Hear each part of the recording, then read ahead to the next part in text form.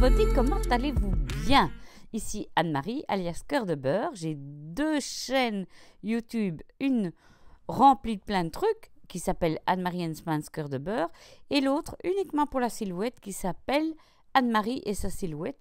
Et donc, où que vous soyez, parce que je vais publier sur les deux chaînes, sachez que je vous souhaite la bienvenue et que surtout, je voudrais au passage remercier les nouvelles abonnés à ma deuxième chaîne qui renaît un peu de ses cendres et qui vous permettra d'aller vraiment à l'essentiel de la silhouette si vous êtes débutant, débutante, confirmé, pas confirmé, mais c'est une chaîne dédiée uniquement à la silhouette, que dans l'autre, il y a beaucoup de bazar, beaucoup de choses. Voilà, je suis belge, vous l'aurez entendu à mon accent. Je vous souhaite la bienvenue et c'est parti mon kiki. On va partir avec une question très simple. Ça va être une vidéo qui va pas être longue, mais elle est une réponse de nombreuses questions que je reçois de la part des personnes qui viennent d'acheter la machine et qui ont des questions, je vais dire basiques, mais qui sont normales. Hein. Je dis pas que c'est bizarre de poser des questions comme ça. Au contraire, c'est tout à fait normal. Donc, quand vous avez téléchargé votre logiciel et que vous l'ouvrez, si vous n'avez pas encore branché votre machine, ce que je vous conseille de faire d'ailleurs, je vous conseille de vous enregistrer et tout, dites-moi dans les commentaires si vous voulez que je vous fasse une petite vidéo sur comment débuter vraiment avec le logiciel, le télécharger, brancher la machine, dites-le moi, je le ferai. Mais là maintenant, je reviens sur une question qui m'a été souvent posée et donc voilà, c'est parti mon kiki. On va parler juste de la mise en page.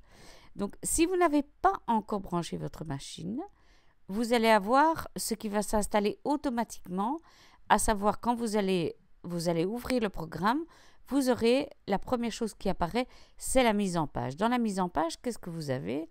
Eh bien, vous avez un tapis gris qui figure le tapis autocollant de votre machine et une zone blanche qui est ce qu'on va appeler la zone de travail.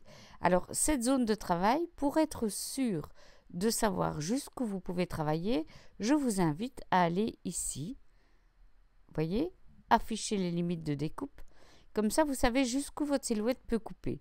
Donc, malgré que le tapis soit grand, on va rester quand même dans quelque chose. C'est logique d'ailleurs, hein, quand on y pense. La lame ne pourra pas aller un peu n'importe où, ni à gauche, ni à droite, ni en haut, ni en bas. C'est normal. Maintenant, ce qui se passe, c'est que si vous avez acheté une silhouette portrait, par exemple, le format caméo ne vous intéresse pas vraiment parce qu'il est trop grand pour votre machine. Alors, voici comment faire. Vous allez ici d'abord dans la taille et vous allez choisir soit imprimante actuelle, soit A4. Alors, mon ordinateur ne répond pas toujours bien quand je filme en même temps. Hein. Ne m'en voulez pas si c'est un peu lent. Donc, vous tapez A4. Alors, pourquoi est-ce important? C'est parce qu'aux États-Unis, lieu de naissance de la silhouette, le format imprimante est différent d'une autre. Donc, c'est vraiment important que vous choisissiez soit imprimante actuelle, soit A4. Parce que sinon, vous allez avoir des soucis. Donc, après, vous allez sélectionner le tapis de coupe et vous allez choisir portrait. Voilà. Ok, il veut bien aujourd'hui parce que ça fait 5 fois que j'essaye cette vidéo. Soyez indulgents si c'est un peu lent.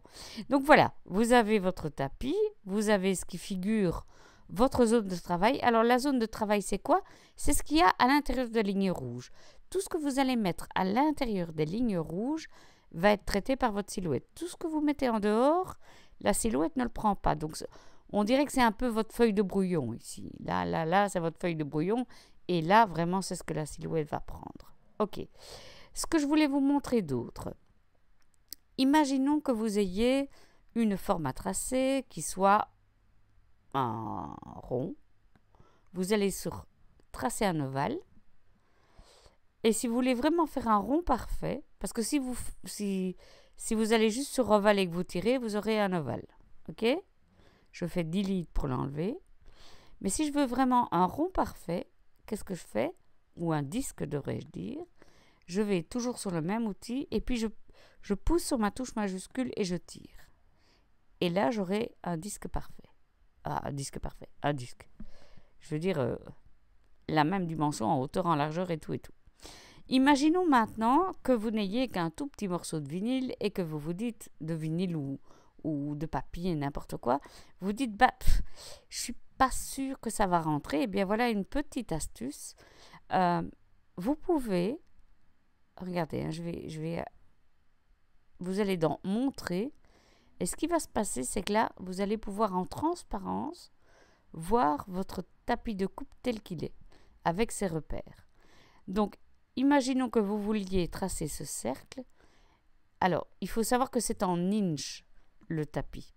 Un inch, ça équivaut à plus ou moins 2 cm et demi. D'accord? Donc, imaginons que je fasse un disque. Regardez comment on peut le diminuer. Voilà. C'est une façon, hein. Je vous en montrerai d'autres. Imaginons que, voilà.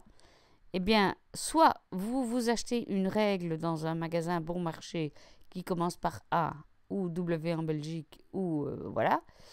Et vous vous dites que chaque carré représente 2 cm et demi de largeur. Donc, ici, pour ce cercle, il vous faudra 1, 2, 3, 4. 4 fois 2,5, 10 par 10. Après, moi, je mets toujours un peu plus. Hein. Mais si vous avez juste un papier qui fait ça, ça vous suffira pour tracer votre disque. Voilà. Mais écoutez, c'était la toute première approche de la mise en page pour les débutants. J'espère que ça vous aide. Si ça vous aide, de grâce, laissez-moi un message en bas. Mettez un pouce. Regardez-le plusieurs fois parce que ça va aider la chaîne à se développer et à faire en sorte que je vais pouvoir continuer à faire des vidéos pour les débutants et que ça me rapporte un petit quelque chose. Ne m'en veuillez pas, mais c'est normal, c'est la vie, on a tous besoin de gagner notre croûte. Je vous fais plein de bisous et j'espère que ça vous aide.